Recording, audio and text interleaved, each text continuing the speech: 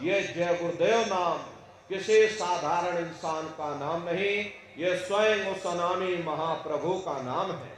समय समय पर संत महात्मा अपने अपने समय पर आकर के अपनी साधना के द्वारा उस मालिक के नाम को जगाते हैं, उस मालिक के नाम को सिद्ध करते हैं। जैसे कबीर साहब आए, कबीर साहब ने साहिब नाम सिद्ध किया।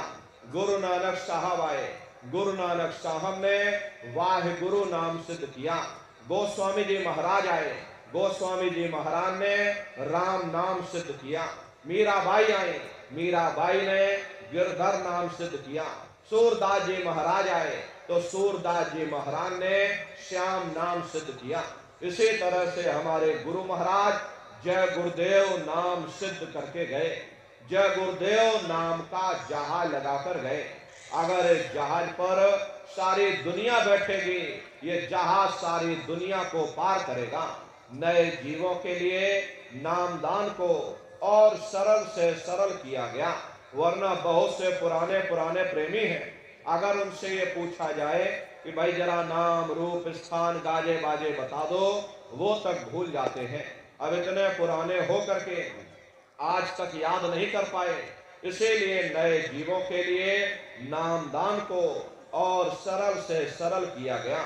बहुत से गांव के बूढ़े बुजुर्ग हैं, बच्चे बच्चियां हैं, अरे आसानी से आप लोग समझ जाओ, सुमरन ध्यान भजन कर सको, इसीलिए इस रास्ते को और सरल से सरल किया गया है। एक है साध है सब सद है, और सब साध है सब जाए। पहले अपने गुरु की उंगली पकड़ लो, क्योंकि गुरु तुम्हारा सच्चा रहबर है। गुरु बिन भव निज तरह न कोई, बगैर गुरु के तुम्हारी ये जीवात्मा इस भव सागर से पार नहीं जा सकती। गुरु गोविंद दो खड़े काके लागो पाई, और बलिहारी गुरु आपने जिन गोविंद दियो बताई। महिमा उन्हीं की है जिन्होंने उस गोविंद को लखा दिया। इस संसार में हमारे तीन तरह के गुरु होते हैं। पहले गुरु हमारे माता पिता होते, जो हमें जन्म देते हैं, हमारा पालन पोषण करते हैं, बचपन से हमारे अंदर संस्कार डालते हैं। ये माता पिता हमारे पहले गुरु होते हैं। दूसरे गुरु हमारे शिक्षक होते हैं, जो हमें स्कूलों में कॉलेजों में हमें जो भौतिक ज्ञान देते, ये हमारे दूसरे गुरु होते। और तीसरे हमारे आध्यात्मिक गुरु होते, जो हमारी जीवात्मा को इस भाव सागर से पार ले जाते। इसीलिए कहा गया है कि गुरुर ब्रह्मा गुरुर विष्णु गुरुर्देवो महेश्वरः गुरुर साक्षात पर ब्रह्म तस्मै श्री गुरुवे नमः।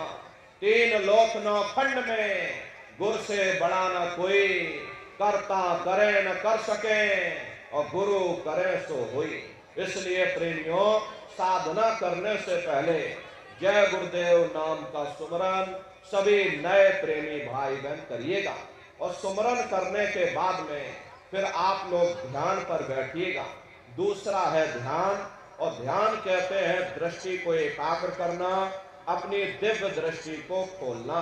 तो कैसे आप लोग ध्यान करोगे, जरा अच्छी तरह से समझ लीजिए। अपने अपने घरों में पलथी मार करके बैठिएगा, शरीर को टाइट मत करना। बहुत से प्रेमी गलती कर देते हैं कि ध्यान के समय अपने शरीर को बिल्कुल टाइट कर देते हैं। यदि आप अपने शरीर को टाइट कर दोगे तो ये शरीर आपका थक जाएगा, और फिर शरीर ढीला पड़ जाएगा, फिर जैसे के तैसे हो जाओगे। इसलिए पहले से ही अपने शरीर को बिल्कुल ढीला छोड़ देना। जितना आराम से आप बैठोगे उतना आपके लिए अच्छा रहेगा। तो अपने अपने घरों में पलथी मार करके और ढीले बदन से आराम से बैठ जाना। बाहर से अपनी आंख को बंद कर लेना, और दोनों आंखों के मध्य भाग में दूर सामने देखिएगा, तो सामने आपको अंधेरा दिखाई पड़ेगा। जब आप अपने बाहर की आंख को बंद कर लोगे और अंतर में सामने देखोगे, तो सामने आपको अंधेरा दिखाई पड़ेगा। बस उसी अंधेरे में एक जगह पर आप अपनी दृष्टि को रोकिएगा। होशियारी यही रहे, ये आंखों की पुतलियां हिलने न पाए। शुरुआती समय में ये आंखों की पुतलियां अंदर अंदर हिलेंगी, लेकिन जब आप अभ्यास करोगे करत करत अभ्यास से जड़ मत होत सुजान। जब अभ्यास करते रहोगे तो आंखों की पुतलियां हिलना बंद हो जाएंगी। तो दूर सामने अंधेरे में एक जगह पर आप अपनी दृष्टि को रोकिएगा या उस अंधेरे को ही देखते रहना। दृष्टि अपने आप अंधेरे में रुक जाएगी। उस समय किसी के बारे में सोचना नहीं, किसी के बारे में विचार मत करिएगा। ये विचार करने की आदत हमारे अंदर पहले से पड़ी हुई है। हम किसी भी व्यक्ति को देखते हैं तो देखने से पहले ही हम उसके बारे में तरह तरह के विचार करने लग जाते हैं। रात को सोते समय भी हम कुछ न कुछ विचार करते ही रहते हैं। या तो हम भविष्य के बारे में सोचेंगे या हम अपने बीते हुए कल के बारे में सोचेंगे। प्रेमी भाई बहनों, ध्यान के समय पर ना आपको भविष्य के बारे में सोचना है, ना आपको अपने बीते हुए कल के बारे में सोचना है। आपको वर्तमान में जीना है। वर्तमान में जीने का नाम ही ध्यान है। तो एक टक होकर के सामने उस अंधेरे को लगातार देखते रहना। किसी के बारे में सोचना नहीं, किसी के बारे में विचार मत करना, शरीर को बिल्कुल हिलाना डुलाना नहीं, सुन्न होकर के बस सामने उस अंधेरे को लगातार देखते रहो। देखते देखते देखते देखते एक समय ऐसा आएगा कि आपकी ये दृष्टि उस अंधेरे में रुक जाएगी। और जैसे ही आपकी दृष्टि अंधेरे में रुकेगी तो सुई की नोक के बराबर काले में भी काला बिंदु, बड़ा चमकीला बिंदु होगा। तारे की तरह चम चम चम चम चमकेगा। वो चमकता हुआ तारे जैसा बिंदु आपको सामने दिखाई पड़ जाएगा। लेकिन वो बिंदु जब दिखाई पड़ेगा जब आपकी दृष्टि उस अंधेरे में रुक जाएगी। जैसे ही आपकी दृष्टि अंधेरे में रुकेगी वो तारे की तरह चमकता हुआ बिंदु आपको सामने दिखाई पड़ जाएगा। और जब वो बिंदु सामने दिखाई पड़ जाए तब आप अपनी दृष्टि को उस बिंदु पर एकाग्र कर देना। वही बिंदु दरवाजा है, वही बिंदु खिड़की है। उसी को हरि का द्वार यानी कि हरिद्वार कहा गया। बहुत विशाल वो दरवाजा है। ये संसार कुछ नहीं है। ऐसे लाखों संसार इकट्ठे करके और एक साथ दरवाजे के अंदर डाल दो, सुई की नोक के बराबर नहीं। इतना विशाल वो हरि का द्वार तुम्हारे सबके अंदर बना हुआ है। प्रेमी भाई बहनों, एक छोटे से बीज को लेकर के हम आपसे कहें कि इस बीज के अंदर बहुत बड़ा पेड़ है तो आप भरोसा नहीं करोगे। लेकिन उस छोटे से बीज को जब आप जमीन में गाड़ दोगे, थोड़ा खाद पानी दोगे, वो बीज अंकुरित हो जाएगा। उसमें से विशाल लताएं भी निकलेंगी, विशाल वृक्ष का रूप भी लेगा, उसमें से फल और फूल भी निकलेंगे। इसी तरह से आप सभी के अंदर सुई की नोक के बराबर तारे की तरह छोटे से छोटा बिंदु है। उस बिंदु के अंदर बड़े बड़े ब्रह्मांड बसे हुए हैं। वो तारे जैसा चमकता हुआ बिंदु आपको सामने दिखाई पड़ेगा। और जब वो बिंदु सामने दिखाई पड़ जाए तब आप अपनी दृष्टि को उस बिंदु पर एकाग्र कर देना। जब आप अपनी दृष्टि उस बिंदु पर टिका दोगे तो वही बिंदु दरवाजा है। वो दरवाजा खुल जाएगा, ये शिव नेत्र खुल जाएगा, ये दिव्य दृष्टि आपकी खुल जाएगी और आप दरवाजे के अंदर दाखिल हो जाओगे। एक बार प्रेमी भाई बहनों ये दिव्य दृष्टि खुल जाए फिर क्या भूत, क्या भविष्य, क्या वर्तमान, कोई भेद आपसे गुप्त नहीं रहेगा।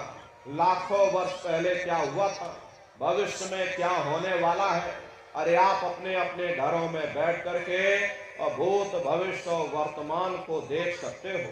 तो यह ध्यान करने का तरीका एक बार फिर से समझ लीजिए कैसे आपको ध्यान करना है। अपने अपने घरों में पलथी मार करके बैठ जाना, बाहर से अपनी आंख को बंद कर लेना, दोनों आंखों के मध्य भाग में दूर सामने देखिएगा, सामने आपको अंधेरा दिखाई पड़ेगा। जब आप अपने बाहर की आंख को बंद कर लोगे और अंतर में सामने देखोगे तो सामने आपको अंधेरा दिखाई देगा। बस उसी अंधेरे में एक जगह पर आप अपनी दृष्टि को रोकिएगा। होशियारी यही रहे ये आंखों की पुतलियां हिलने न पाए, बस सुन्न होकर के सामने उस अंधेरे को लगातार देखते रहो। उस समय किसी के बारे में सोचना नहीं, किसी के बारे में विचार मत करना, शरीर को बिल्कुल हिलाना डुलाना नहीं, सुन्न हो करके बस सामने उस अंधेरे को लगातार देखते रहना। देखते देखते देखते देखते एक समय ऐसा आएगा कि आपकी ये दृष्टि उस अंधेरे में रुक जाएगी, और जैसे ही आपकी दृष्टि अंधेरे में रुकेगी तो सुई की नोक के बराबर तारे की तरह चमकता हुआ बिंदु आपको सामने अंधेरे में दिखाई पड़ जाएगा। और जब वो बिंदु सामने दिखाई पड़ जाए तब आप अपनी दृष्टि को उस बिंदु पर एकाग्र कर देना। जब आप अपनी दृष्टि उस बिंदु पर एकाग्र कर दोगे तो वही बिंदु दरवाजा है, वो दरवाजा खुल जाएगा, ये शिव नेत्र खुल जाएगा, ये दिव्य दृष्टि आपकी खुल जाएगी और आप दरवाजे के अंदर दाखिल हो जाओगे। तो प्रेमी भाई बहनों, ये है ध्यान करने का तरीका। और तीसरा है भजन। गाने बजाने का नाम भजन नहीं है। नाच गाना ढोल मजीरा, अरे इसका नाम भजन नहीं है। भजन कहते हो शब्द को सुनना, उस नाम को सुनना, उस देववाणी आकाशवाणी को सुनना जो 24 घंटे तुम्हारे सबके अंदर गूंज रही है। तो कैसे आप लोग भजन करोगे, जरा अच्छी तरह से समझ लीजिए। ये दोनों उंगली कानों में डाल करके ये कानों को बंद कर लेना। कान इसीलिए बंद किए जाते हैं ताकि बाहर की कोई आवाज हमको सुनाई ना पड़े। अपनी सुविधा से बैठिएगा, कुर्सी पर चाहे कुर्सी पर बैठ जाओ, सोफे पर चाहे सोफे पर बैठ जाना, या कोई तकिया इस तरह से रख लेना और दोनों कोहनी यहाँ रख करके और दोनों उंगली कानों में डाल करके ये कानों को बंद कर लेना। बहुत सी हमारी माताएं बहनें हैं, बूढ़े बुजुर्ग हैं, आपके घुटनों में दर्द होता होगा या पीठ में दर्द होता होगा और आप बैठ करके भजन नहीं कर पाते हो, तो आप लेट करके भजन करिएगा। ऐसे सीधे लेट जाना, लेटे लेटे आंख और कान को बंद कर लेना। मतलब तो आंख और कान को बंद करना है, चाहे आप लेट करके करो या चाहे आप बैठ करके करो। यही कहा गया है भाई, आंख कान मुख बंद कराओ, अनहद झिंगा शब्द सुनाओ। यानी पहले अपनी आंख को बंद करो, अपने मुख को बंद करो, दोनों उंगली कानों में डाल करके ये कानों को बंद कर लो और ऊंचे से ऊंचा ध्यान दे करके उस आवाज को सुनने की कोशिश करो। प्रेमी भाई बहनों, जब आप अपने कानों को बंद करके और अंतर में गौर से सुनोगे तो आपको ऐसा अनुभव होगा कि कहीं सीटी जैसी आवाज हमारे कानों में बज रही।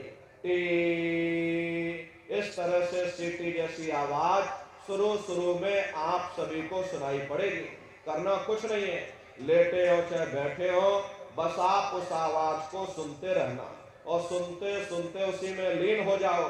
जब आप उसमें लीन हो जाओगे तो कुछ समय बाद में दोबारा आपको अनुभव होगा कि कहीं बड़ी दूर से एक महीन आवाज, घंटे और शंख की आवाज हमारे कानों में बज रही।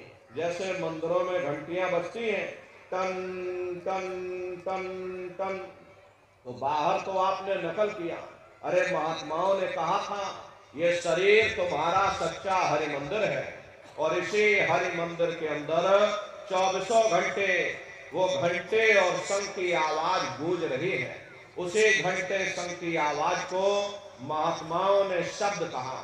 अरे आपकी धर्म पुस्तकों में लिखा हुआ है कि पोथी पढ़ पढ़ जग मुआ और पंडित भया न कोई, और 2.5 अक्षर प्रेम का पढ़े तो पंडित हुई।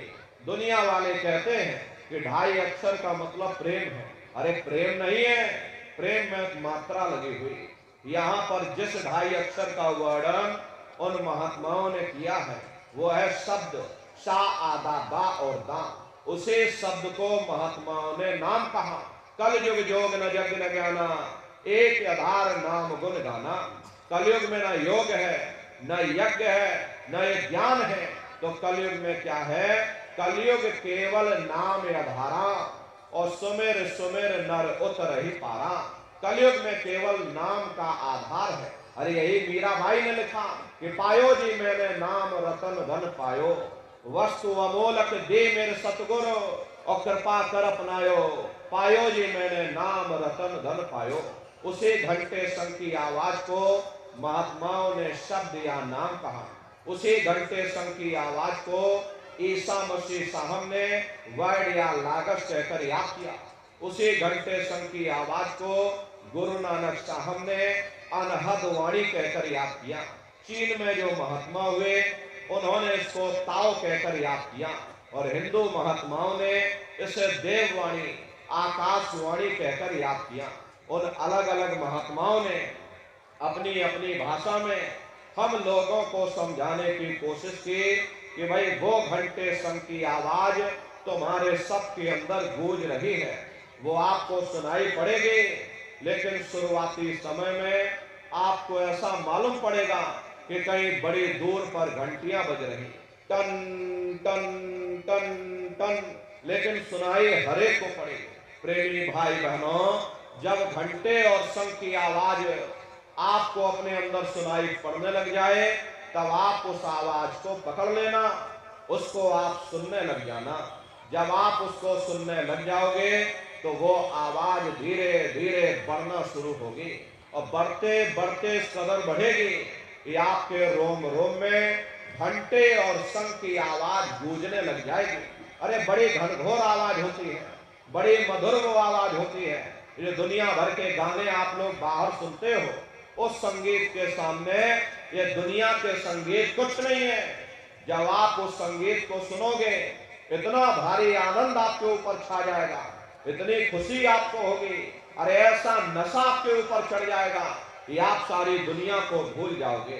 शंकर भगवान को वही नशा चढ़ा था। शंकर भगवान कोई गांजा भांग नहीं पीते थे।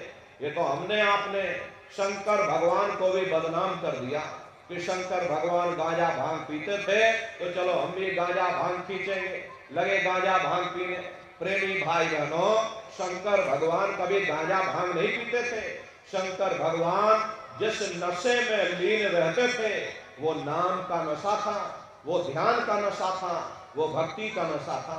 जब आप उस आवाज को सुनोगे तो आपको भी वो नशा चढ़ जाएगा, क्योंकि उस आवाज में चुंबक है। जब आप उस आवाज को सुनोगे तो वो आवाज आपको अपनी ओर खींचेगी, और जब खिंचाव होगा तो जीवात्मा का फैला हुआ प्रकाश 9 दरवाजों से सिमटने लगेगा। अब ये 9 दरवाजे कौन कौन से हैं? देखो प्रेमी भाई बहनों, अच्छी तरह से आप लोग समझिएगा कि बहुत बड़ा विज्ञान है। दुनिया का विज्ञान जब समाप्त हो जाएगा तो ये विज्ञान प्रारंभ होगा। यही सच्चा सनातन विज्ञान है जो ऋषियों मुनियों ने समझाया, जिसको ये संसार भूल गया और बाहरी पाखंड में और कर्म कांडों में लोगों को उलझा करके रख दिया। तो प्रेमी भाई बहनों, आज सच्चे सनातन विज्ञान को समझने की जरूरत है। तो ये 9 दरवाजे कौन कौन से हैं? 2 आंख, 2 कान, 2 नाक के सुराख, 1 मुंह, 2 मलमूत्र का रास्ता, ये शरीर के 9 दरवाजे हैं। सबसे पहला दरवाजा गुदा चक्र आता है। गुदा चक्र में गणेश जी वास करते हैं। गणेश जी वहां के मालिक हैं। ये 4 दल का कवल है। यहाँ पर पृथ्वी तत्व पाया जाता है। उसके ऊपर इंद्रिय चक्र आता है। इंद्रिय चक्र में ब्रह्मा जी वास करते हैं। ब्रह्मा जी वहां के मालिक हैं। ये 6 दल का कवल है। यहाँ पर जल तत्व पाया जाता है। उसके ऊपर नाभि चक्र आता है। नाभि चक्र में विष्णु जी वास करते हैं। विष्णु जी यहाँ के मालिक हैं। ये 8 दल का कवल है। यहाँ पर अग्नि तत्व पाया जाता है। उसके ऊपर ये हृदय चक्र आता है। हृदय चक्र में शिव जी वास करते हैं। शिव जी यहाँ के मालिक हैं। ये 12 दल का कवल है। यहाँ पर वायु तत्व पाया जाता है। अरे वास तो ऊपरी मंडलों में, ऊपरी लोकों में वास करते हैं, लेकिन उनका प्रकाश, उनकी किरणें इन चक्रों पर पड़ती हैं। उसी के ऊपर एक कंठ चक्र आता है। यहाँ पर आद्या महाशक्ति की किरणें पड़ती हैं। ये 16 दल का कवल है। और आप सबसे ऊपर, तुम्हारी जीवात्मा सबसे ऊपर दोनों आंखों के मध्य भाग में बैठी है, जहां पर ये देवियां बिंदी लगाती हैं और पुरुष जहां पर ये टीका लगाते हैं। ये बिंदी और टीका यहाँ पर हम लोग इसीलिए लगाते हैं क्योंकि यहीं पर हमारी जीवात्मा बैठी हुई है, उसका श्रृंगार किया जाता है। तो 10वां द्वार है जहां पर तुम्हारी जीवात्मा बैठी है, इसी को 10वां द्वार कहते हैं। अरे आप लोग रोज चौपाई गाते हो, मंगल भवन मंगल हारी द्रवो सुदशरथ अजर बिहारी। अरे इसका अर्थ जरा समझने की कोशिश करो प्रेमी भाई बहनों। ये शरीर तुम्हारा मंगल भवन है। अरे तुम्हें अमंगलों से बचाने वाला, तुम्हें नरकों चौरासियों से बचाने वाला ये पंच भौतिक शरीर ही तुम्हारा मंगल भवन है। इस मंगल भवन के 10 दरवाजे हैं और 10वें दरवाजे पर ये अजर बिहारी यानी कि तुम्हारी जीवात्मा बैठी है। और यहीं पर बैठ करके जीवात्मा अपने प्रकाश को 9 दरवाजों में फैलाती है, जिससे तुम्हारा ये शरीर चलता है, तुम्हारे हाथ चलते हैं, तुम्हारे ये पैर चलते हैं। जब आप भजन करोगे और घंटे शंख की आवाज को सुनोगे तो उस आवाज में चुंबक है, वो आवाज आपको अपनी ओर खींचेगी। और जब खिंचाव होगा तो जीवात्मा का फैला हुआ प्रकाश 9 दरवाजों से सिमट करके यही 10वें दरवाजे पर इकट्ठा हो जाएगा। और जैसे ही सारी शक्ति, सारी चेतना सिमट करके यहाँ पर इकट्ठी हुई तो शब्द क्या काम करेगा? शब्द तुम्हारी जीवात्मा को खींच करके इस शरीर से बाहर कर देगा। फिर आप अपनी आंखों से देखिएगा कि हमारा शरीर ये है और हम ये खड़े। आप अपने शरीर से अलग हो जाओगे। जैसे चिड़िया होती है, चिड़िया घोंसले से निकल करके आसमानों की उड़ान भरती है और शाम को फिर अपने घोंसले में आ जाती है। ऐसे ही तुम्हारी ये जीवात्मा इस शरीर रूपी घोंसले से निकल करके ब्रह्मांडों की सैर करेगी, देवी देवताओं के दर्शन करेगी, भगवान राम के दर्शन करेगी, भगवान कृष्ण के दर्शन करेगी और घूम करके फिर अपने शरीर रूपी घोंसले में वापस आ जाएगी। प्रेमी भाई बहनों, ये ब्रह्मा विष्णु महादेव जिनकी सारी दुनिया पूजा करती है, अरे आप सभी लोग ब्रह्मा विष्णु महादेव की पूजा करते हो और पूजा करते करते आपका ये जीवन बीत गया, लेकिन कभी तुमने विचार ये नहीं किया भाई जिनकी हम पूजा कर रहे आखिर ये ब्रह्मा विष्णु महादेव कौन है, ये कहाँ पर रहते हैं, ये क्या काम करते हैं, अरे इनके माँ बाप कौन है, भगवान राम कौन है, भगवान कृष्ण कौन है, ईश्वर कौन है, ब्रह्म कौन है, पर ब्रह्म कौन है, ये कहाँ पर रहते हैं। तो जरा संक्षिप्त में आप समझिएगा, क्योंकि अगर हम इसका वर्णन करने बैठेंगे तो हमको लाखों वर्ष लग जाएंगे, एक लोक का वर्णन नहीं हो पाएगा। इतने विशाल लोक इस आसमान के ऊपर बने हुए, लेकिन संक्षिप्त में हम आपको बता रहे कि किन किन मंडलों को पार करते हुए तुम्हारी ये जीवात्मा अपने 5वें मंडल पर यानी कि सचखंड में पहुंचेगी। रास्ते में कौन कौन से देश मिलेंगे, उस देश के कौन कौन से राजा मिलेंगे, तो जरा संक्षिप्त में आप समझ लीजिए। प्रेमी भाई बहनों, जब आप भजन करोगे और जब घंटे और शंख की आवाज को सुनोगे तो उसी घंटे शंख की आवाज को पकड़ करके ये जीवात्मा ब्रह्मांडों की चढ़ाई करती है। मान लो आप किसी जंगल में खो गए और चारों तरफ अंधेरा ही अंधेरा हो, कोई रास्ता आपको नजर ना रहा हो, तो आप किसी टापू या पहाड़ पर चढ़ करके और वहीं से आवाज लगाते हो कि भाई कोई हमारी आवाज को सुन रहा हो तो कृपया करके हमको रास्ता बताओ। मान लो किसी आदमी ने आपकी आवाज को सुना और उसने आपको आवाज दी कि भाई हम तुमको ये आवाज दे रहे, तुम इस आवाज को पकड़ करके और तुम हम तक पहुंचाओ। भले ही हमें दिखाई ना पड़े, लेकिन हम उसकी आवाज को पहले सुनेंगे, वो आवाज पूरब से आ रही या पश्चिम से आ रही, और फिर उस आवाज को पकड़ करके हम उसी जगह पहुंच जाएंगे जहां वो आदमी आवाज दे रहा। ठीक उसी प्रकार से इस मानव मंदिर के अंदर, इस हरि मंदिर के अंदर वो परमात्मा आवाज दे रहा। जब ये जीवात्मा उस आवाज को सुनेगी तो उस आवाज को पकड़ करके ये जीवात्मा वहीं पहुंच जाएगी जहां वो परमात्मा बैठ करके आवाज दे रहा। तो आवाज कब सुनाई पड़ेगी? जब आप भजन करोगे और जब घंटे शंख की आवाज को सुनोगे तो उसी घंटे शंख की आवाज को पकड़ करके ये जीवात्मा ब्रह्मांडों की चढ़ाई करती है। पलक झपकते यह जीवात्मा खरबों योजन ऊपर चली जाती है। ये चांद सूरज सितारों को पार करने के बाद में सबसे पहले जो आपको लोक मिलेगा उसे महात्माओं ने शिवलोक कहा। शिवलोक तमोगुणी स्थान है, वहां के मालिक शिव जी हैं। वो पार्वती जी के साथ उस लोक में विराजमान है। शिव जी का दर्शन करने के बाद में फिर जब आप ऊपर चढ़ोगे उसी के ऊपर ब्रह्मा जी का लोक आएगा। ब्रह्मा जी का लोक वो रजोगुणी स्थान है, वहां के मालिक ब्रह्मा जी हैं। वो गायत्री सावित्री और सरस्वती के साथ उस लोक में विराजमान है। और ब्रह्मा जी का दर्शन करने के बाद में फिर घंटे शंख की आवाज को पकड़ करके फिर जब आप ऊपर चढ़ोगे उसी के ऊपर विष्णु लोक आएगा। विष्णु लोक वो सतोगुणी स्थान है, वहां के मालिक विष्णु जी हैं। उनका बड़ा मनमोहक स्वरूप है। उनकी 4 भुजाएं हैं और चारों भुजाओं में शंख गदा पद्म और चक्र सुशोभित है। और आप क्षीर सागर में लक्ष्मी जी के साथ विराजमान है। ये तीनों देवता ब्रह्मा विष्णु और महादेव अपने अपने लोक में बैठ करके राज कर रहे। एक रचयिता है जो हम जीवों को रचता है, एक पालनहार है जो हम जीवों को पालता है, एक संहार करता है जो जीवों को नष्ट कर देता। और एक का काम है शरीर को बनाना, एक का काम है शरीर की सुरक्षा करना और एक का काम है शरीर को नष्ट कर देना। इनकी जो माता है वो आद्या महाशक्ति है। ब्रह्मा विष्णु महादेव लोक के ऊपर वो आद्या महाशक्ति का लोक आता है। उसी को देवी दुर्गा का लोक कहा जाता।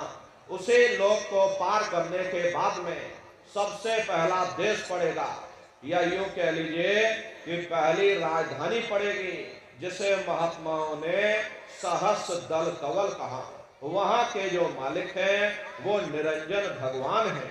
ये ब्रह्मा विष्णु महादेव ये निरंजन भगवान के ही पुत्र हैं। और ये आद्या महाशक्ति ये देवी दुर्गा ये निरंजन भगवान की अर्धांगिनी है। और निरंजन भगवान स्वयं तीनों लोकों के मालिक हैं। उन्हीं को त्रिलोकी नाथ कहा जाता है। हिंदू उन्हीं को परमात्मा कहते हैं, मुसलमान उन्हीं को खुदा कहते हैं, ईसाई उन्हीं को गॉड कहते हैं। ये जल एक है।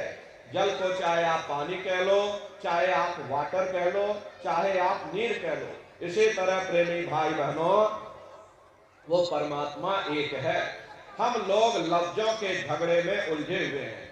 घंटे और शंख की आवाज जो हर इंसान के अंदर गूंज रही वो आवाज उन्हीं के मुखार बिंद से हो रही। निरंजन भगवान का जो स्वरूप है वो ज्योति स्वरूप है। हजार बाती की अखंड ज्योति वहां पर बराबर जल रही। अरे हम लोग यहाँ मंदिरों में ज्योत जलाते हैं, ये तो हम आप उसकी नकल करते हैं। इस ज्योति में तेल की जरूरत पड़ती है, बाती की जरूरत पड़ती है, लेकिन वो अखंड ज्योति वहां पर ऐसी जल रही जिसमें ना तेल की जरूरत है और ना बाती की जरूरत है। अरे महात्माओं ने लिखा है उल्टा कुआ गगन में तिसमें जरे चिराग, तिसमें जरे चिराग, बिना रोगन बिन बाती, 6 ऋतु 12 मास, जरत रहे दिन राती, सतगुर मिले जो होए, ताहि की नजर में आवे, बिन सतगुर नहीं कोई, वाह को दर्शावे। वो अखंड ज्योति ऐसी है जिससे पूरा ब्रह्मांड प्रकाशवान हो रहा। जितनी भी अवतारी शक्तियां आई, भगवान राम आए, राम को वहीं से नीचे उतारा गया। इसीलिए उस देश को अयोध्या नगरी या कौशलपुर देश भी कहा जाता है। प्रेमी भाई बहनों गोस्वामी जी महाराज जब साधना करके वहां पहुंचे तभी गोस्वामी जी महाराज ने रामचरित्र मानस में लिख दिया। देखो प्रेमी भाई बहनों, रामचरित्र मानस में गोस्वामी जी महाराज ने जो भी लिखा है वो सब अंतर का भेद लिखा। जब उन्होंने साधना किया, साधना करके जब ऊपर गए, जो कुछ उन्होंने ऊपर जाकर देखा वो रामचरित्र मानस में लिख दिया। आप लोग ऊपर गए नहीं, आपने कुछ देखा नहीं, इसीलिए आप अर्थों को समझ नहीं पाते और अर्थ का अनर्थ कर देते। तो क्या लिखा गोस्वामी जी महाराज ने? देखिए गोस्वामी जी महाराज रामचरित्र मानस में लिखते हैं कि मोद्यो नैन त्रिशत में भयो पुण्य चितवत कौशलपुर गयो। जब मैंने अपने बाहर की आंख बंद की, मेरी अंतर की आंख खुल गई और मैं क्या देख रहा हूं, मैं कौशलपुर देश में पहुंच गया। मोह विलोक राम मुस्काई, मुझे देख करके भगवान राम प्रसन्न हो गए। उन्होंने ऊपर जाने का मुझे रास्ता दे दिया। मैं ऊपर जा करके क्या देख रहा हूं, उधर माज सुनंडज राया, देखे बहु ब्रह्मांड निकाया, अति विचित्रता लोक अनेका, रचना अधिक एक का। विचित्र विचित्र भांत के वहां पर लोक बने हुए, एक से बढ़कर एक सुंदर सोने के वहां पर महल बने, जिनकी शोभा अवर्णीय है। प्रेमी भाई बहनों, वो असली अयोध्या नगरी है, वो भगवान राम का असली देश है। जब आप लोग साधना करके वहां पहुंचोगे और अपनी दिव्य दृष्टि से उस अयोध्या नगरी को जब आप स्वयं देखोगे, अरे तुम देखते रह जाओगे, ये क्या ईश्वर की लीला है, कैसे उसकी कारीगरी है, अनंत उसकी सत्ता है, अनंत उसका प्रकाश है। उसे आनंद को पा करके बड़े बड़े राजे महाराजाओं ने अपने राजकाज पर ठोकरें मार दी और जंगलों में जाकर के नंगे हो करके नाचने लगे। इतना आनंद, इतनी खुशी उन साधकों को होती है।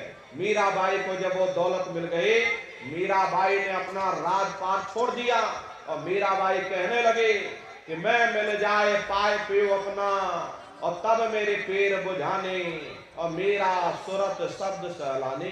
कबीर साहब को जब वो दौलत मिल गई और अन्य महात्माओं को जब वो दौलत मिल गई, उन्होंने ऊपर चढ़ करके उस अयोध्या नगरी को देखा, भगवान राम के देश को देखा, तो कलम तोड़ करके लिख दिया, अचरज देखा भारी साधो, अचरज देखा भारी रे, और बिना बजाए निस्दिन बाजे, घंटा शंख नगारी रे, और बहरा सुन सुन मस्त होता है, और तन की खबर बिसारी रे, और बिन भूमि के महल बना है, तामे जोत जारी रे, और अंधा देख देख सुख पावे, और बात बतावे सारी रे, और जीता मर कर फिर जी जावे, बिन भोजन बलधारी रे, और ब्रह्मानंद संत जन बिरला, कोई समझे बात हमारी। प्रेमी भाई बहनों, वो असली अयोध्या नगरी है, वो भगवान राम का असली देश है। जब आप लोग साधना करके वहां पहुंचोगे और अपनी दिव्य दृष्टि से उस अयोध्या नगरी को देखोगे, अरे तुम देखते रह जाओगे। ऐसी विचित्र कारीगरी है। भगवान राम का दर्शन करने के बाद में फिर तुम्हारी यही जीवात्मा दूसरे मंडल की आवाज को पकड़ करके और दूसरे मंडल की चढ़ाई करती है। शाम तज श्वेत को गहना, सुरत को तान धुन सुनना, बंक के द्वार धस बैठो और त्रिकुटी जाए कर लेना। उसी के ऊपर दूसरा देश आता है जिसे महात्माओं ने त्रिकुटी देश कहा। वहां के जो मालिक हैं वो ब्रह्म है, वहीं से मन और माया की उत्पत्ति हुई। वहीं से तीन गुण, रजोगुण, तमोगुण, सतोगुण, तीनों गुणों की उत्पत्ति वहीं से हुई। ये जो आपके वेद हैं, वेदों को सारी दुनिया पढ़ती है, वेदों की भी उत्पत्ति उसी स्थान से हुई है। अरे महात्मा कहते हैं कि त्रिकुटी महल में विद्या सारा, घनहर गरजे बजे नगारा, लाल वरण सूरज उजियारा। वहां पर दो धुने, बादलों की गर्जन और मृदंग की आवाज उस लोक में गूंजती रहती है। जैसे पहले स्थान पर भगवान राम के देश में घंटे और शंख की आवाज गूंजती है, ऐसे दूसरे मंडल पर यानी कि ब्रह्म के देश में बादलों की गर्जन और मृदंग वहां पर बजता रहता, ओम का जाप बराबर वहां होता रहता। ब्रह्म का जो स्वरूप है लाल वरण सूरज उजियारा। ये सूरज कुछ नहीं है, ऐसे लाखों लाख सूर्य इकट्ठे करोगे तो वहां का एक सूर्य बनेगा। प्रेमी भाई बहनों, ब्रह्म का जो स्वरूप है वो सुबह के लाल सूर्य के समान है, इसीलिए वहां का पूरा ब्रह्मांड लाल है। महात्मा जब साधना करके वहां पहुंचे तभी महात्माओं ने लिख दिया, लाली मेरे लाल की जित देखो तो लाल, लाली देखन में गई मैं भी हो गई लाल। वो पूरा ब्रह्मांड ही लाल है। तो जितने साधक वहां पहुंच जाते हैं उन सभी को योगेश्वर कहा जाता है। योगेश्वर की पदवी उन्हीं को मिलती है जो ब्रह्म स्थान तक पहुंच रखते हैं। जैसे व्यास जी हुए, वशिष्ठ जी हुए, वाल्मीकि जी हुए, इन सब की पहुंच वहीं तक थी। इसीलिए कहा गया कि वाल्मीकि भय ब्रह्म समाना। जब इनकी जीवात्मा वहां पहुंची और जब इन्होंने ब्रह्म का दर्शन किया तो इनका स्वरूप भी ब्रह्म के समान यानी कि ब्रह्म स्वरूप हो गया। तो जितने साधक वहां पहुंच जाते हैं उन सभी को योगेश्वर कहा जाता है। योगेश्वर की पदवी उन्हीं को मिलती है जो ब्रह्म स्थान तक पहुंच रखते हैं। जैसे व्यास जी हुए, प्रेमी भाई बहनों, श्री कृष्ण भगवान प्रेमी भाई बहनों वहीं पर वास करते हैं। ये बाहर की जन्माष्टमी नहीं है जो आप लोग यहाँ मनाते हो, ये तो आप नकल करते हो। महात्माओं ने कहा था भाई सही मायने में तुम जन्माष्टमी कब मनाओगे? जब तुम्हारी ये जीवात्मा 5 तत्व जल पृथ्वी अग्नि वायु आकाश और 3 गुण रजोगुण तमोगुण सतोगुण 5 तत्व और 3 गुणों से परे होकर के और ब्रह्म देश में पहुंच करके जब तुम श्री कृष्ण भगवान का दर्शन कर लोगे तब सही मायने में जन्म अष्टमी मनाई जाएगी। श्री कृष्ण भगवान का दर्शन करने के बाद में फिर तुम्हारी यही जीवात्मा तीसरे मंडल की आवाज को पकड़ करके तीसरे मंडल की चढ़ाई करती है। आगे पहुंची सुन झंकार, ररंकार धुन सुनी पुकार, आगे श्वेत सुन्न है भाई और मान सरोवर पैठ नाई। उसी के ऊपर तीसरा देश आता है जिसे महात्माओं ने सुन्न देश कहा। उसी को रारंग देश कहा जाता, उसी को अक्षर और नेति कहा जाता। वहां के जो मालिक हैं वो रारंग पुरुष यानी कि पर ब्रह्म पुरुष है। वहां किंगरी और सारंगी 2 धुनें उस लोक में गूंजती रहती हैं और पर ब्रह्म पुरुष का जो स्वरूप है वो पूर्णमासी के चंद्रमा के समान बड़ा ही मनमोहक स्वरूप है। इसी स्थान पर प्रेमी भाई बहनों एक बहुत बड़ा अमृत का सरोवर बना है जिसे महात्माओं ने मान सरोवर कहा। जब तुम्हारी ये जीवात्मा उस मान सरोवर में जाकर स्नान कर लेगी तो जन्म जन्मांतरों के तुम्हारे मैले पाप कर्म साफ हो जाएंगे।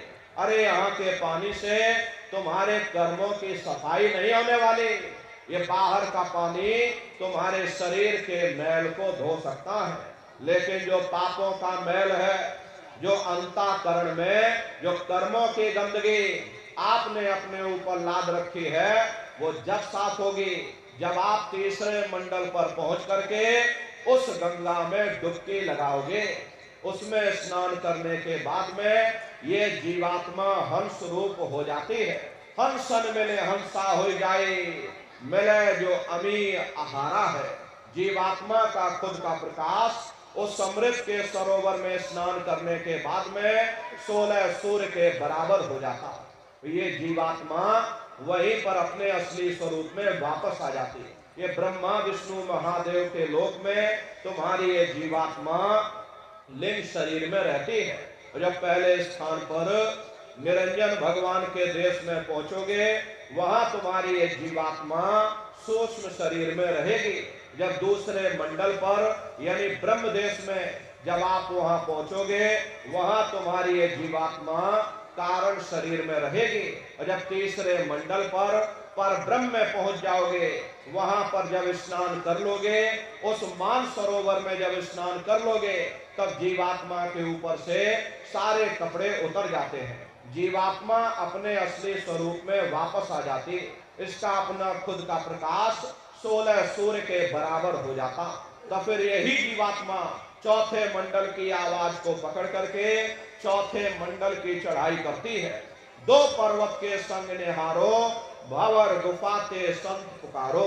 दो पर्वतों को पार करने के बाद में वो बड़ा सुंदर देश आता है जिसे महात्माओं ने भंवर गुफा कहा।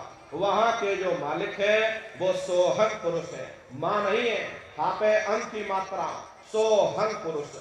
वहां बंशी यानी मुरली की मधुर ध्वनियां सदा उस लोक में उच्चारण होती रहती। और सोहंग पुरुष का जो स्वरूप है वो दोपहर के सूर्य के समान महाप्रकाशवान स्वरूप है। अरे स्वरूप में अंतर है। पहले स्थान पर निरंजन भगवान का जो स्वरूप है वो ज्योतिष स्वरूप है।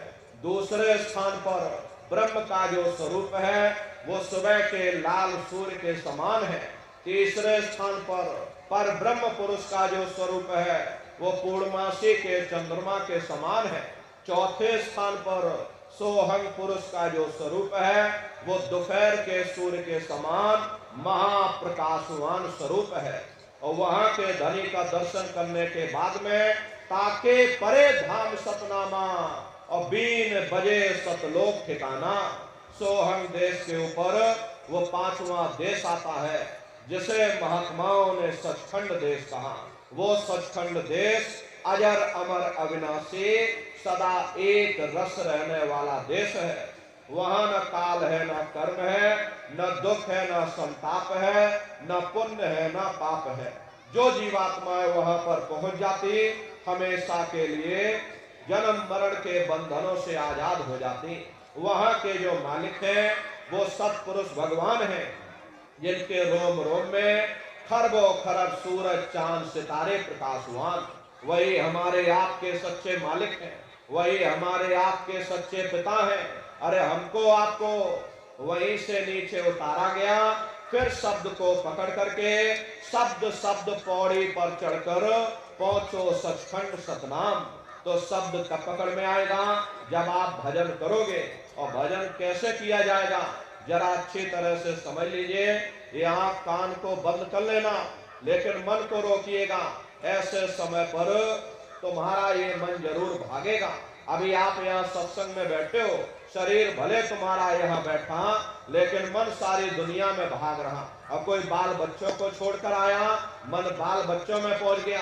कोई दुकान दफ्तर छोड़ करके आया, मन दुकान दफ्तर में पहुंच गया। कोई खेती बाड़ी छोड़ करके आया, शरीर बेचारा यहाँ बैठा, मन गेहूं में पानी लगा रहा। तो ऐसे भजन से कोई लाभ नहीं होगा। अरे जिन्होंने मार मन डाला उन्हीं को सूरमा कहना, बड़ा बैरी ये मन घट में, इसी का जीत ना कटना। अगर दुनिया में कोई हमारा दुश्मन है वो केवल तुम्हारा अपना ये मन है। ये मन रूपी रावण कब मरेगा? जब 9 द्वारों पर फतेह हासिल करके तुम यहाँ 10वें द्वार पर चढ़ जाओगे, तब सही मायने में दशहरा मनाई जाएगी। अरे बाहर के दशहरा नहीं है जो लकड़ी का रावण बना देते हो और फूंक फांक करके घर चले आते। जब भाई हमने रावण मार दिया। अरे महात्माओं ने कहा था भाई सही मायने में तुम दशहरा कब मनाओगे? जब 9 द्वारों पर फतेह हासिल करके तुम यहाँ 10वें द्वार पर चढ़ जाओगे, तब सही मायने में विजयदशमी मनाई जाएगी। तब ये मन रूपी रावण तुम्हारा मरेगा और तब तुम्हारी ये जीवात्मा, इसी जीवात्मा को महात्माओं ने राम भी कहा। अरे हम कोई अपने मन से नहीं कह रहे, धर्म ग्रंथों में लिखा हुआ है, एक राम दशरथ का बेटा, एक राम घट घट में लेटा, एक राम का सकल पसारा, एक राम है सबसे न्यारा।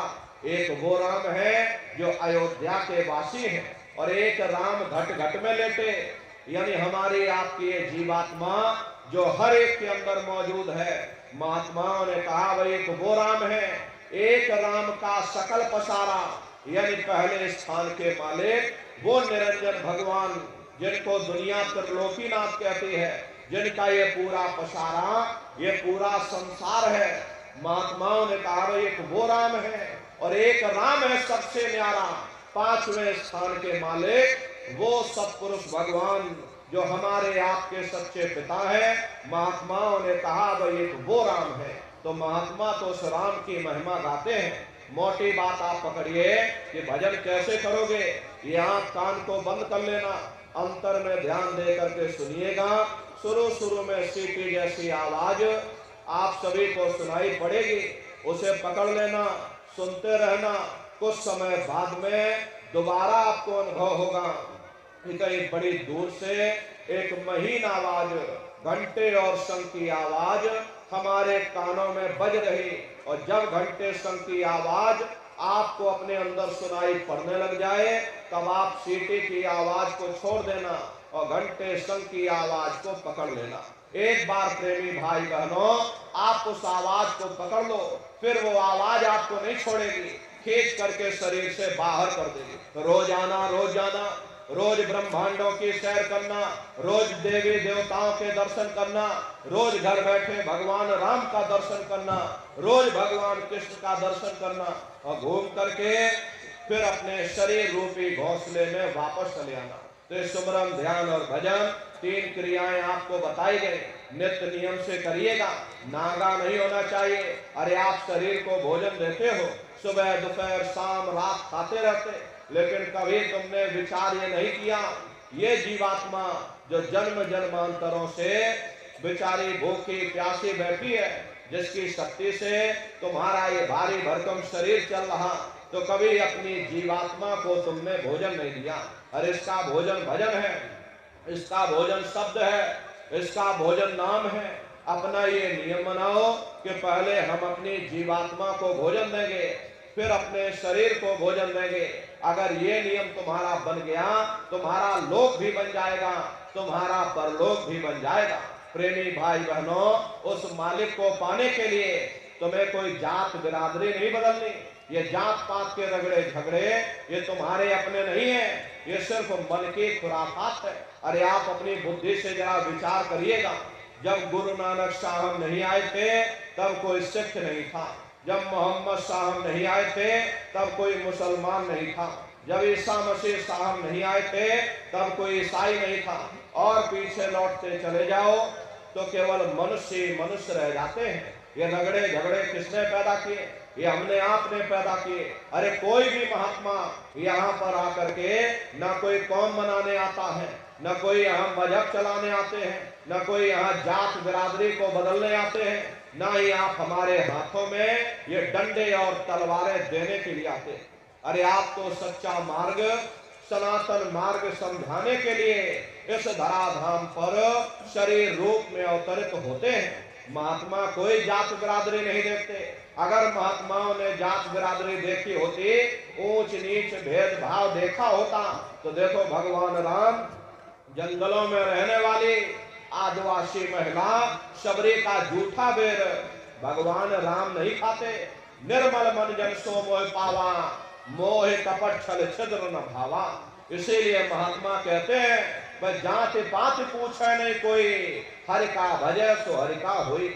लोग यहाँ जात पात बनाते बनाते मर गए, लेकिन नर नारियों, जब तुम्हारी ये जीवात्मा इस मनुष्य रूपी चोले को छोड़ करके ऊपर जब तुम धर्मराज की कचहरी में पहुंचोगे, वहां न तुमसे ये पूछा जाएगा कि भाई तुम किस जाति के हो, या तुम किस कौम के हो, या तुम किस मजहब के हो। अरे भाई तुम हिंदू हो या मुसलमान हो, तुम हिंदुस्तान से आए हो या तुम पाकिस्तान से आए हो। अरे वहां तुम्हारे कर्म देखे जाएंगे, भक्ति भाव देखा जाएगा, मालिक से मिलने का प्रेम और प्यार देखा जाएगा। इसीलिए महात्मा कहते हैं भाई मालिक को पाने के लिए तुम्हें कोई जात बिरादरी नहीं बदलनी, तुम्हें कोई घर परिवार नहीं छोड़ना, तुम्हें कोई बाल बच्चे नहीं छोड़ने, तुम्हें कोई समाज नहीं छोड़ना। अरे भाई तुम अपने अपने घर परिवार में रहो, अपने अपने समाज में रहो, समाज के रीत नीत नियम के अनुसार रहो, मेहनत और ईमानदारी से काम करो, और 24 घंटे में से घंटा 2 घंटा समय निकाल करके सुमरन ध्यान और भजन नित्य नियम से करिएगा। यही दौलत तुम्हारे काम आएगी। बाकी सब रगड़े और झगड़े ये सब तुम्हारे यहीं पड़े रह जाएंगे। सुई की एक नोक भी तुम्हारे साथ में जाने वाली नहीं है। बड़े बड़े राजे महाराजे आए, सारी जिंदगी उन्होंने किला बनाते बनाते गुजार दिया। आज उनके किलों को जाकर देखिए, आज खंडहर बने पड़े हुए, विश्व विजेता सिकंदर सारी दुनिया पर राज करने का ख्वाब देखता था, वो भी मुट्ठी खोल करके चला गया। अरे कोई क्या साथ लेकर जाएगा? जो चीज तुम्हारे साथ में जाने वाली वो केवल परमात्मा की भक्ति है।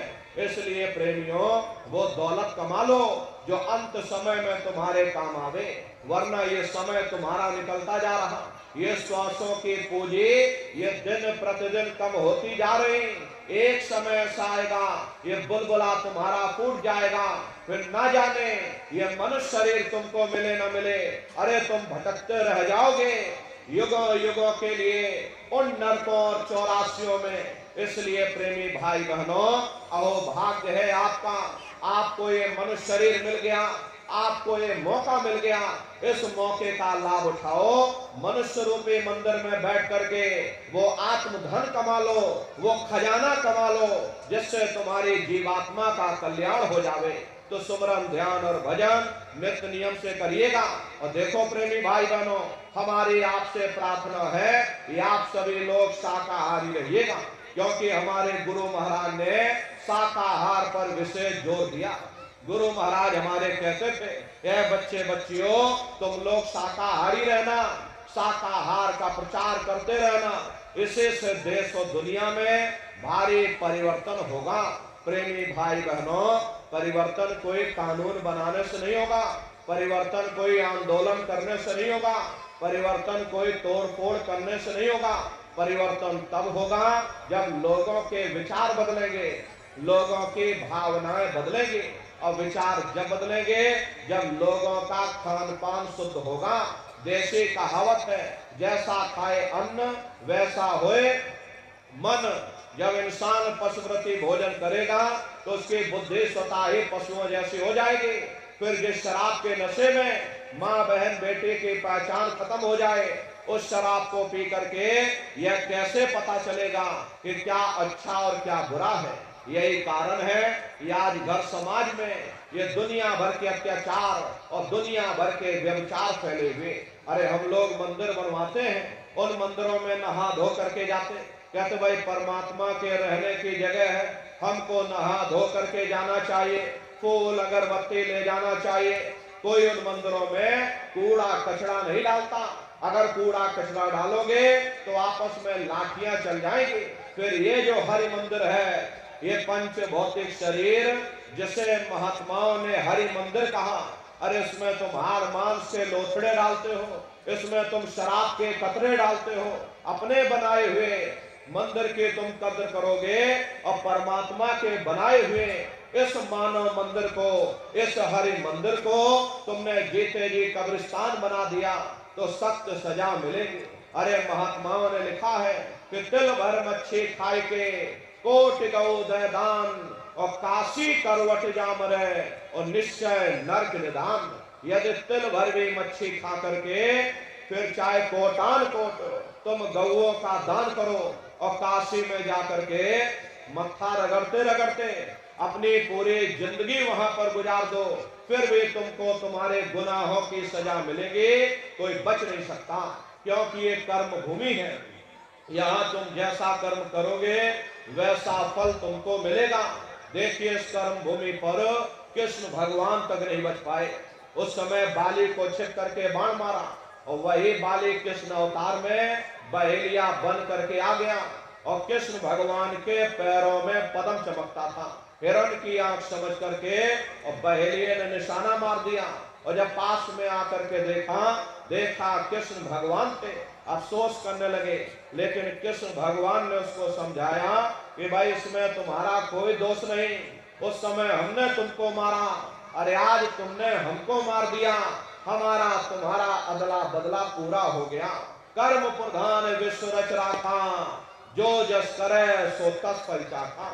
ये कर्मों का ऐसा देश है, यहाँ तुम जैसे बीज बोगे वैसे ही फसल काटोगे। इसलिए प्रेमियों, हमारी आपसे प्रार्थना है कि आप सभी लोग शाकाहारी रहिएगा। ये तरह तरह की बीमारियां जो आज के समय में आ रही हैं, इसका मुख्य कारण यही है, लोगों का खान पान गंदा हो गया। अरे आप सभी लोग बुद्धिमान हो, अपनी अपनी बुद्धि से जरा आप स्वयं विचार करिएगा। इंसानों के खून में जब जानवरों का खून मिल जाएगा, इंसानों के अंदर जब जानवरों के कीटाणु पहुंच जाएंगे, तो न जानवरों की दवा काम में आएगी, न इंसानों की दवा काम में आएगी। तो परिणाम क्या होगा? ऐसी महामारियां फैलेंगी। अभी कोरोना जैसी महामारी आई, पूरा विश्व तबाह हो गया। लोग अपने अपने घरों में कैद हो गए, कोई किसी से मिलने को तैयार नहीं। न जाने कितने घर परिवार उजड़ गए, न जाने कितनी लाशें बह गई, न जाने कितने बच्चे अनाथ हो गए, न जाने कितनी माताएं विधवा हो गई। लाखों लाख रुपया लेकर के लोग अस्पतालों के चक्कर काटते रह गए, एक ऑक्सीजन का सिलेंडर नसीब नहीं हुआ। कारण क्या है प्रेमी भाई बहनों? कारण यही है, जब जानवरों के कीटाणु इंसान के शरीर में प्रवेश कर जाएंगे तो ऐसी महामारियां और फैलेंगी। इसलिए हमारी आपसे प्रार्थना है कि आप लोग शाकाहारी रहिएगा।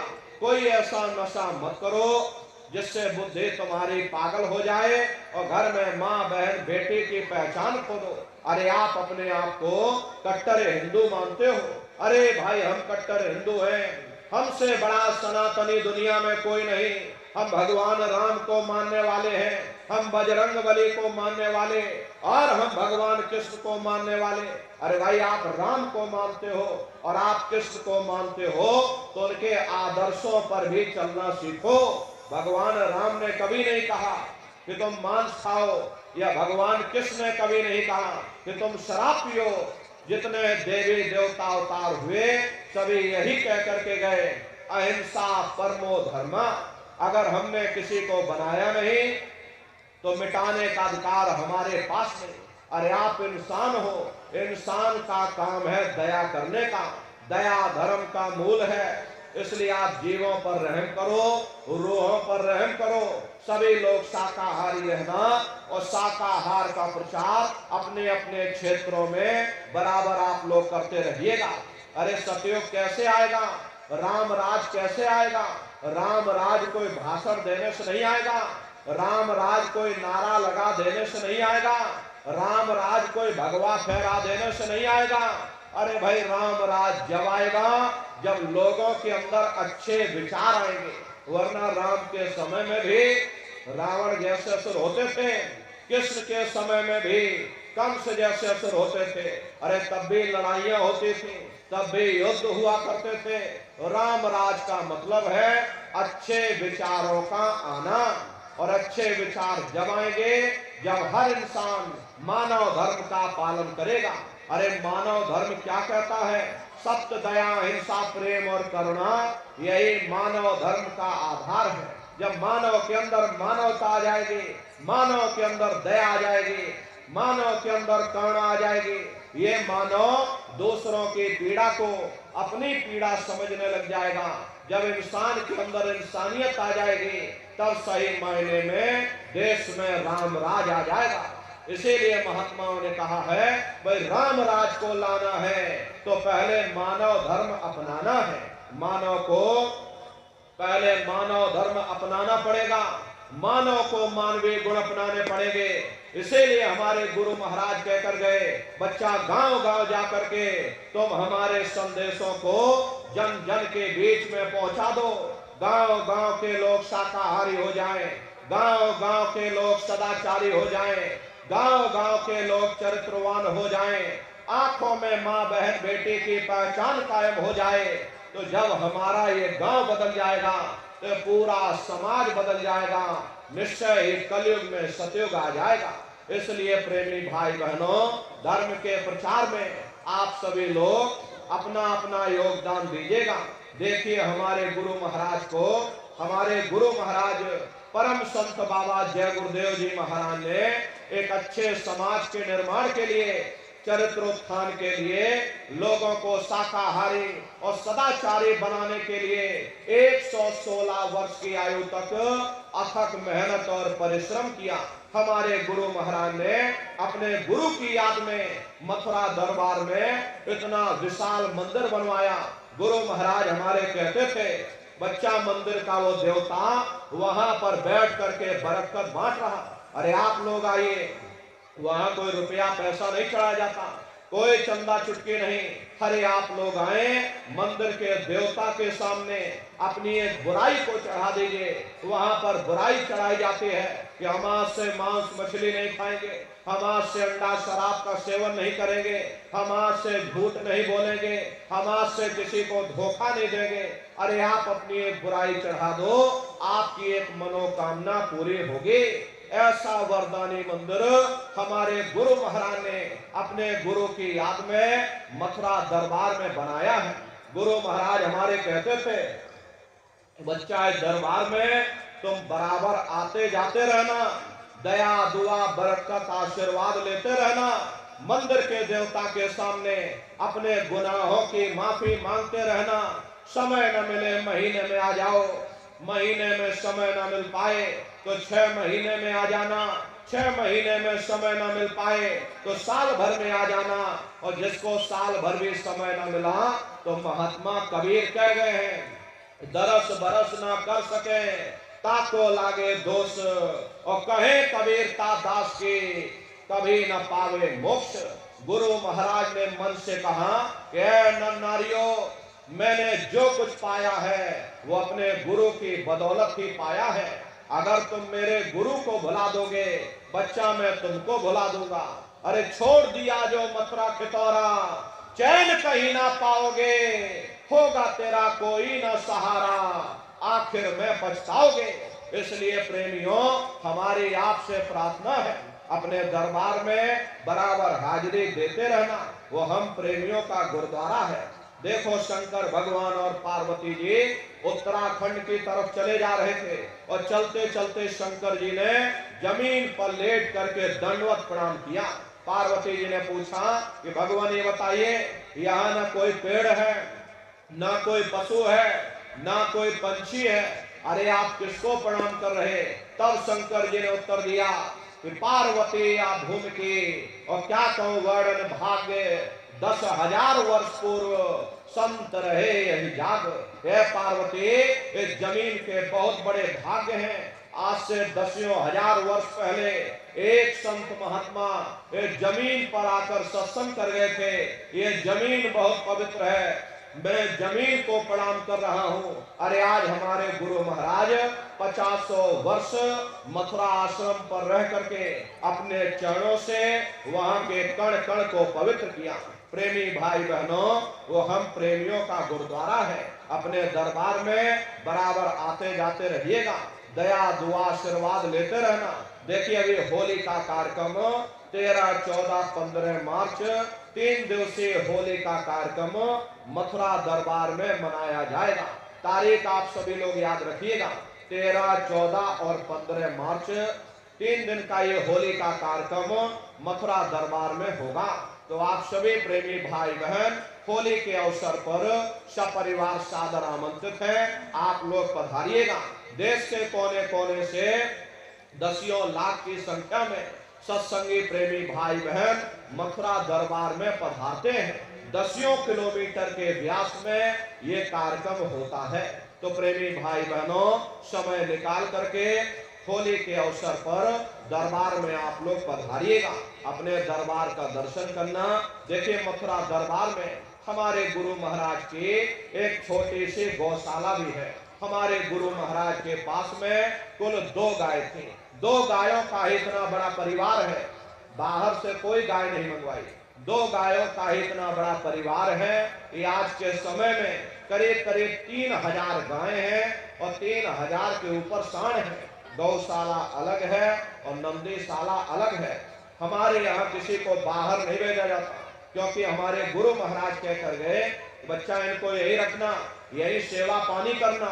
इसीलिए चाहे गाय हो या चाहे बैल हो, हमारे यहाँ किसी को बाहर नहीं भेजा जाता।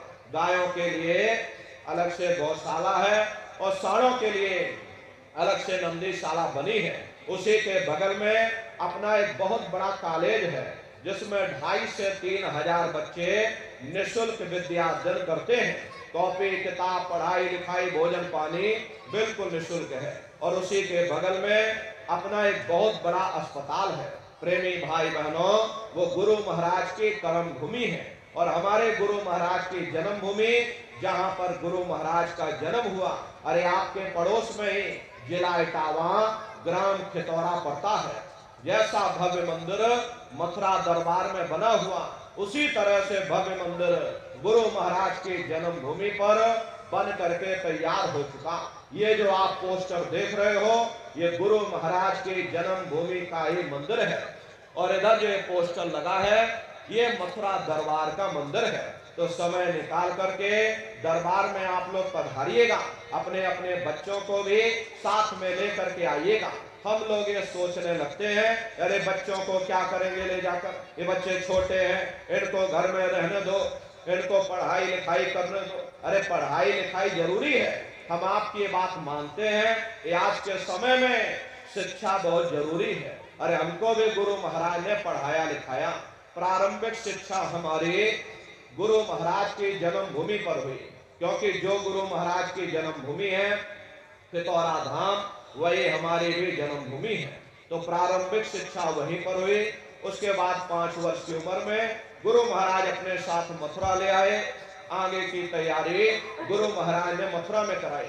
तो कहने का मतलब यह है कि हमारे गुरु महाराज ने हमको भी पढ़ाया लिखाया।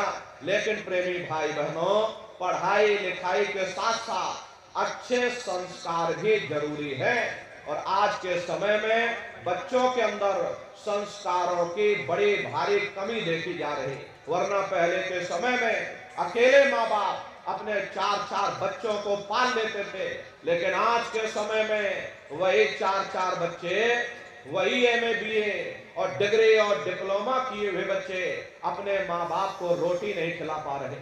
शादी हो जाती है, घर परिवार बांट करके रख दिया, जमीन जायदाद बांट करके रख दी, चूल्हा चौका बांट करके रख दिया, यहाँ तक कि बेचारे बूढ़े माँ बाप को भी बांट करके रख दिया कि 10 दिन तुम हमारे घर छोड़ दो और 10 दिन बाद ले जाओ अपने घर रोटी खिलाओ। अरे सब क्या है?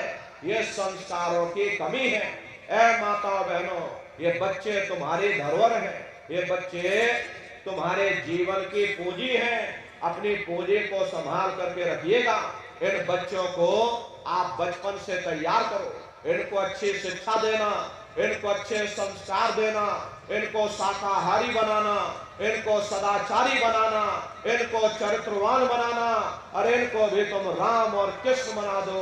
यही बच्चे बड़े हो करके अपने माँ बाप का नाम रोशन करेंगे, घर और समाज का नाम रोशन करेंगे। इसलिए प्रेमी भाई बहनों, अपने अपने बच्चों के साथ, इष्ट मिष्ट परिवार वालों के साथ आप सभी प्रेमी भाई बहन होली के कार्यक्रम में कृष्ण भगवान की नगरी मथुरा में आप सभी लोग सब परिवार सादर आमंत्रित हैं।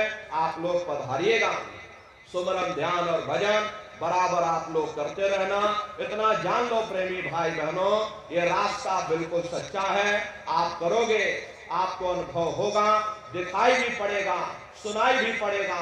अरे तुम्हारा लोक भी बन जाएगा, तुम्हारा परलोक भी बन जाएगा। इसलिए नित्य नियम से 24 घंटे में से घंटा 2 घंटा समय निकाल करके अपने अपने घरों में बैठ करके सुमरन, ध्यान और भजन नित्य अभ्यास। इसी के साथ अब हम अपनी वाणी को विराम देते हैं। आप लोगों ने अपना कीमती समय हमको दिया, इसके लिए आप सभी प्रेमी भाई बहनों को बहुत बहुत साधुवाद है। बोलो जय गुरुदेव, जय गुरुदेव। लोग खड़े होकर के मालिक के पावन नाम का सभी प्रेमी भाई बहन प्रेम से उच्चारण करिएगा। बोलो जय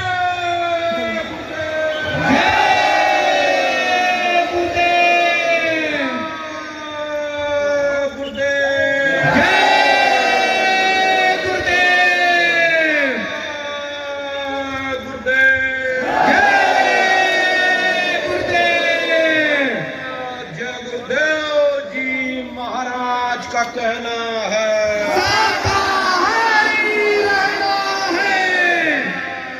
खाने से होगी भलाई,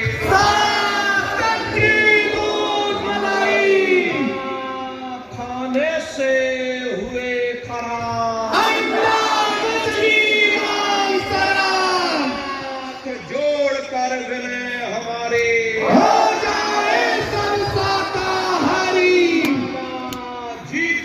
अर्जी है।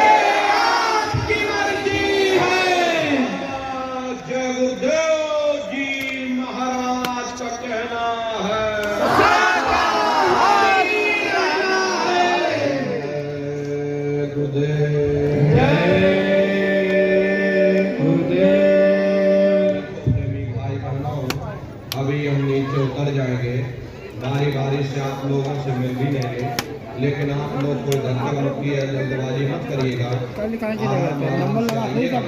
सबसे पहले लोगों ने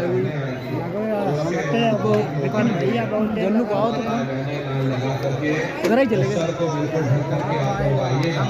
बगल में गुरु महाराज की गाड़ी है, चरण पादुका है, दर्शन करते हुए और सभी लोग सत्संग का प्रसाद लेकर के तब आप लोग अपने अपने घरों की तरफ बढ़ाइएगा। जय गुरुदेव, जय गुरुदेव। प्रेमी भाई बहनों, अब पूज्य महाराज जी आप सब लोगों से मिलने के लिए मंच के नीचे आ रहे हैं। भाई लोग थोड़ा धीरज रखेंगे, पहले बहनों माताओं को मिलने का अवसर दे देंगे।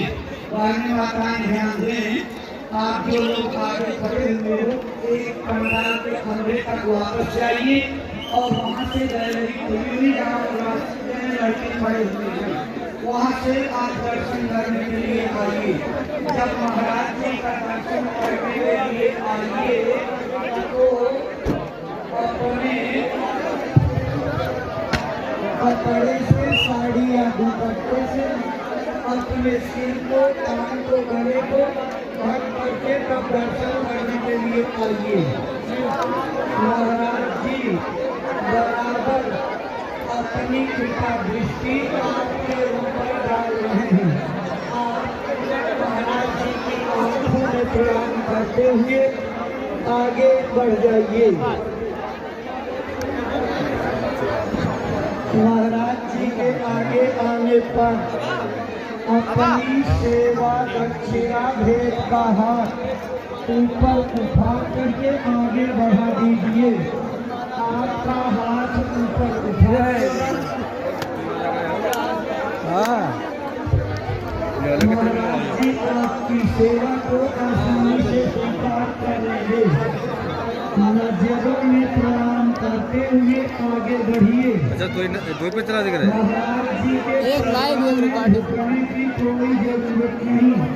चैनल के बाद आत्माओं की आंखों में दया का प्रकाश होता है तो उनकी कृपा दृष्टि से बिगड़े हुए काम बन जाते हैं। माताओं, बहनों, भाइयों, आपको अपना बिगड़ा हुआ काम बनाना है तो महाराज जी की आंखों में प्रणाम करिए। चरणों में झुकने की कोई जरूरत नहीं। महाराज जी का दर्शन करने के बाद हम आएंगे राम लगभग गुरु महाराज की चरण पादुका का मंदिर है और जितने महाराज जी का नाम मंदिर का 2-4 दाना प्रसाद अपने घरों को ले जाइएगा। और रास्ता में ये मोटरसाइकिल उतार लगे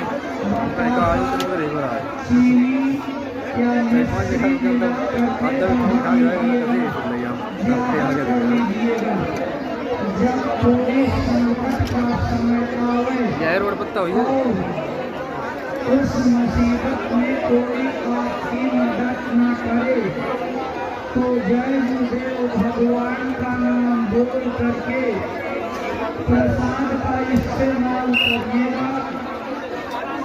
आपको आशा की सफलता मिलेगी, चमत्कारिक फायदा मिलेगा, आपकी दुख तकलीफों में कमी हो जाएगी या पूरी तरह तकलीफें समाप्त हो जाएंगी। मंदिर का प्रसाद महापुरुष के संकल्प का प्रसाद है। आपके मुसीबत के संकट में काम आएगा। बताइए राम यहाँ तुम्हारा आशीर्वाद लीजिए। मंदिर का प्रसाद लेकर के और जितने लोग सत्संग में आए हो सबके लिए सत्संग के प्रसाद का प्रबंध है। आप सत्संग का प्रसाद लेकर के तब अपने घरों को जाइएगा। आराम आराम से आइए। बिल्कुल आराम आराम से आइए। आज जितने लोग सत्संग में आए पूज्य महाराज जी की वचनबाजी का लाभ उठाया, अपने जीवन को बदलने, शुद्धता का वाणी मुक्त रहने और भजन करने का पक्का इरादा बनाया। आप सभी लोगों का आभार व्यक्त करते हैं। आप अपना नाम पता